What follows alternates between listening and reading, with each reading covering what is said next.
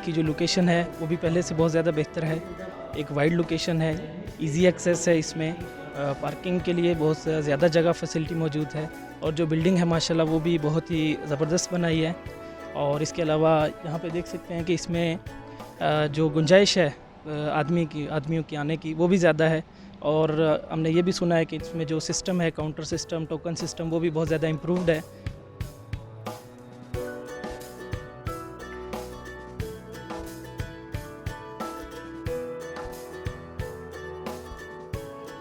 Passport renewal है, उसमें ज़्यादा टाइम वेस्ट होता है। इसके अलावा आपकी कोई डॉक्यूमेंटेशन वगैरह है, अटेस्टेशन है, आपकी डिग्री अटेस्टेशन है, आपका कोई लीगल डॉक्यूमेंट है, उसको टेस्ट करवाना है, तो उसमें बेसिकली हमें एम्बेसी में आना पड़ता है, वहाँ से अटेस्टेशन करवानी पड़ती है।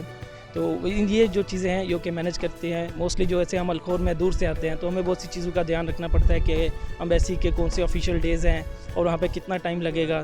तो होपफुली अब एक तो यह है कि ये थोड़ी सी लोकेशन भी करीब है, एक साइड पे है, रश कम है और उम्मीद है कि यहाँ पे जो पहले से है वो जल्दी जो है वो सिस्टम जैसे इम्प्रूव हुआ है तो पहले से जो हमारा टाइम जो है वो कम लगेगा।